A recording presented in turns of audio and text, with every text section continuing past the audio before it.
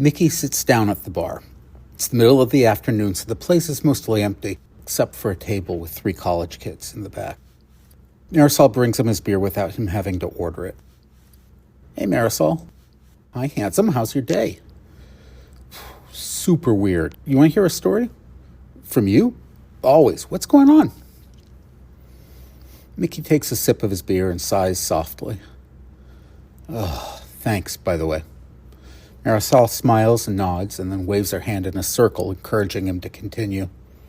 Okay, Mickey says. I pick up most of my fares around the park, right? Marisol nods. So, a couple of weeks ago, I pulled over for a couple of minutes to check my texts. My wife's been on my case lately about not answering her when she messages me. A bus was just pulling away, so I knew I was probably okay to pull over at the bus stop for a minute or two. You know what I mean? Marisol nods.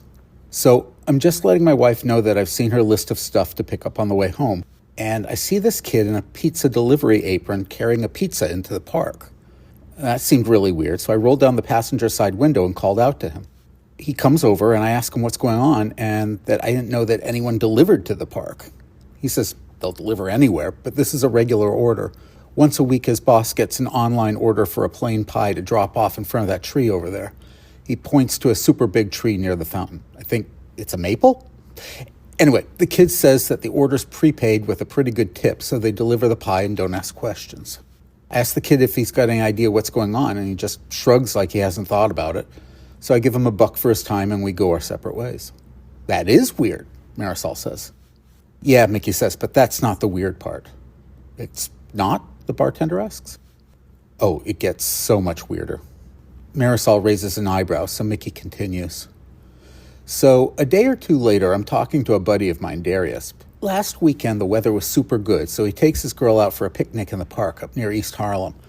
He figures he gets points for a romantic gesture without having to lay out for a fancy dinner or anything, and his girl is super pleased. Everyone wins, right? Definitely, Marisol says. I'd give him a good exchange rate on those points. Yeah, he's kind of a genius. Anyway, they're sitting on a blanket under a tree drinking wine out of solo cups when a couple of drops of what looks like blood drip down onto the blanket. Darius's girl gets totally freaked out. Yeah, he's not going to be able to cash in on those points, Marisol says. Yeah, but that's not the weird part. It turns out it's not blood, it's pizza sauce. How'd that happen? No idea. Darius said he looked all over the tree to see if a squirrel had dragged a slice up there to one of the branches, but everything looked clean. Huh. Mickey continues. Weird, right? So anyway, there's this fair I pick up every week. I take this professor home from the Met. The museum or the opera? Museum. Anyway, I know this guy pretty well at this point, so I told him about the pizza thing and asked him about it. He goes, you know my PhD's in art history, right? I said, yeah, but you're the smartest guy I know. Any idea what's going on with the pizza thing? He says he's just finished reading an article about how trees can communicate with each other. Their roots keep branching out underground, he says, until they're thinner than hairs. And they trade chemicals and food with fungus. And the fungus shares it with other tiny roots of other trees. I ask him, fungus? You mean like mushrooms? He says, well, same kingdom. Think about a mosquito and a rhinoceros. They're kind of related, but not really. Anyway, some scientists think that the trees can talk to each other through the fungus. I go, yeah, but that's like atoms and stuff, right? This is pizza. What's up with that? He goes, no idea. Ask me a question about old paintings. At this point, one of the kids at the back table comes up to the bar to order another round of beers. So Marisol tells Mickey to hold that thought and goes to wait on him. Mickey takes a deep pull from his beer and watches one of the other kids go to the jukebox and pick out a couple of songs. Bon Jovi's Livin' on a Prayer comes on, which Mickey takes as a good sign. Marisol comes back from serving the kid and tells Mickey to go on with his story. Okay, so I dropped the professor off at his apartment, Mickey continues, and over the next week, I can't get this whole pizza tree thing out of my head. And so, eventually, every couple of days, when I've got a couple of free minutes, I put my hazards on and run into the park and give the closest tree a hug. Marisol gives Mickey a seriously skeptical look. Okay, that's really weird. Yeah, I know, Mickey says. I felt pretty uncomfortable at first. My old man used to call weirdos he didn't understand tree huggers. Yeah, but I figure if the trees are feeding each other pizza, I want to keep on their good side. Uh-huh. Okay, so this is the weird part. Wait, Marisol says. This is the weird part? Yeah. Sheesh, okay, hit me with it. Mickey hesitates for a couple of seconds, then says, last night I'm just getting off my shift around sunset, and I decide to take a minute for some tree hugging. I look around, make sure nobody's watching, and I wrap my arms around, I think it's another maple, and I get a call from my niece Sylvia. I answer and say, hey, what's up, sweet pea? She asks if I'm near the park, and I tell her I'm in it right now. She says she's up by the reservoir, and she thinks some creep is following her. I tell her to go to the west side entrance on 90th Street, and I'll meet her there. But suddenly I hear her scream and the sound of the phone dropping to the ground. Marisol gasps, oh no, is she okay? Yeah, well, that's the thing. I hear some guy shouting at her. I can't understand what he's saying because he's either methed out or wearing a tinfoil hat or something. But there's this loud cracking sound, and Sylvia screams again. I'm wigging out at this point, but then Sylvia picks up her phone and tells me that she's okay. But can I come and pick her up right now? I get there about 3 minutes later, and she jumps in my cab, and we peel out of there. I take her home, but as I'm driving her there, she tells me that the creep had her pinned up against a tree when this giant branch suddenly breaks off, hits the guy, and knocks him out cold. No way. My hand to God, Marisol. Anyway, I've got a buddy who's on the desk at the park precinct. So I gave him a call, and he sent a couple of guys over to check the scene out. He says that they didn't find the creep, but they did find a big branch covered with blood. He says that head wounds bleed a lot, and he's got an alert out to all the emergency rooms in central Manhattan.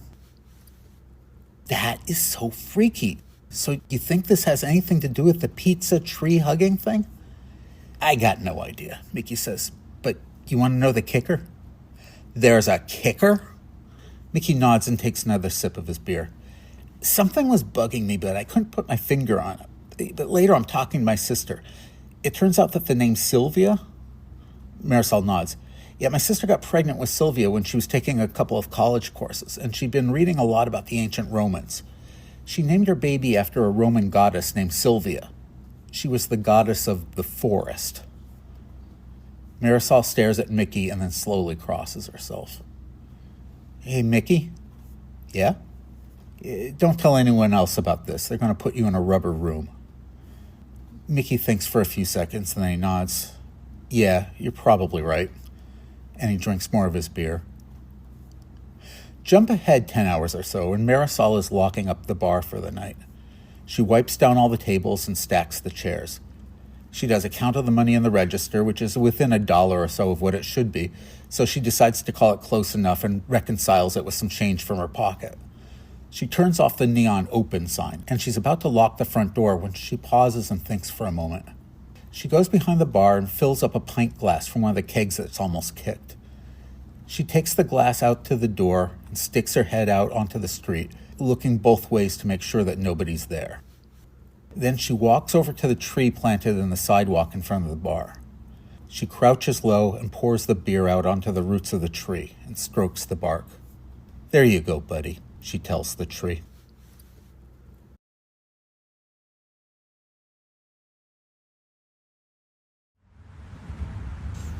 Checking for squirrels, because they have a way of intruding on everything.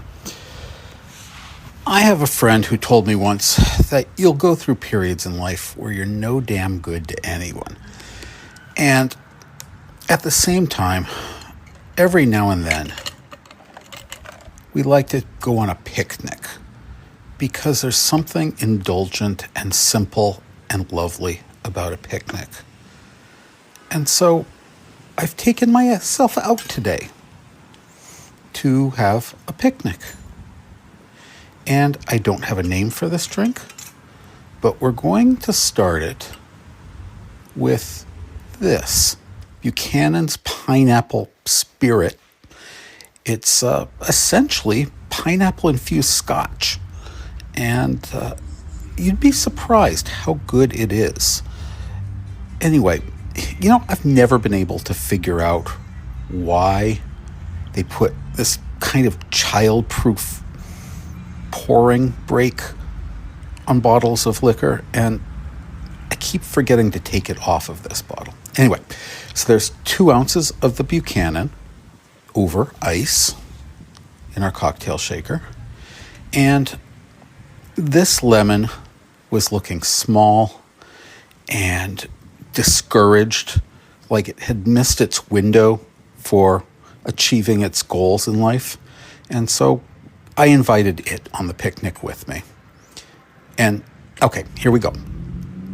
So we're going to the 2 ounces of spirit, add 1 full ounce of fresh squeezed lemon juice. Now, my friend, the tiny lemon, would have trouble believing this, but he's actually at his peak of flavor and just really beautiful juiciness. And okay, so let's go. Yeah, there we go. 1 full ounce of fresh squeezed lemon juice. And I don't know. I think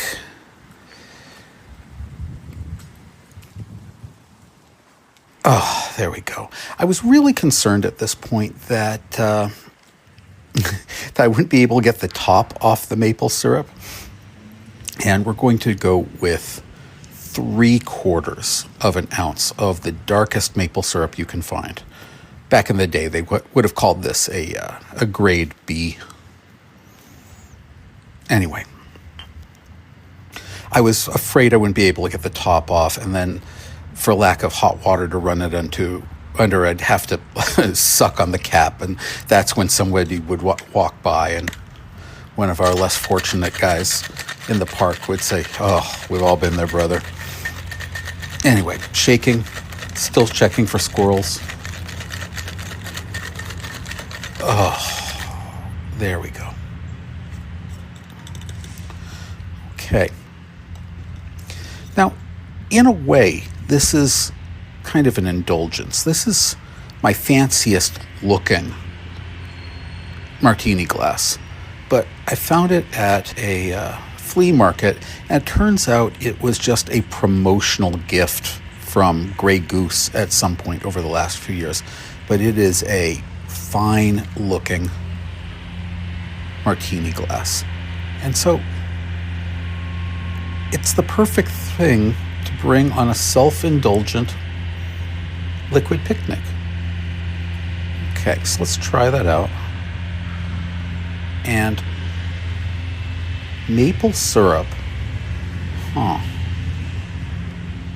Maple syrup is one of those ingredients that gets along with everybody. It goes along with almost every fruit, including pineapple and the peatiness of scotch and the sourness of lemon juice and the bitterness of my mood.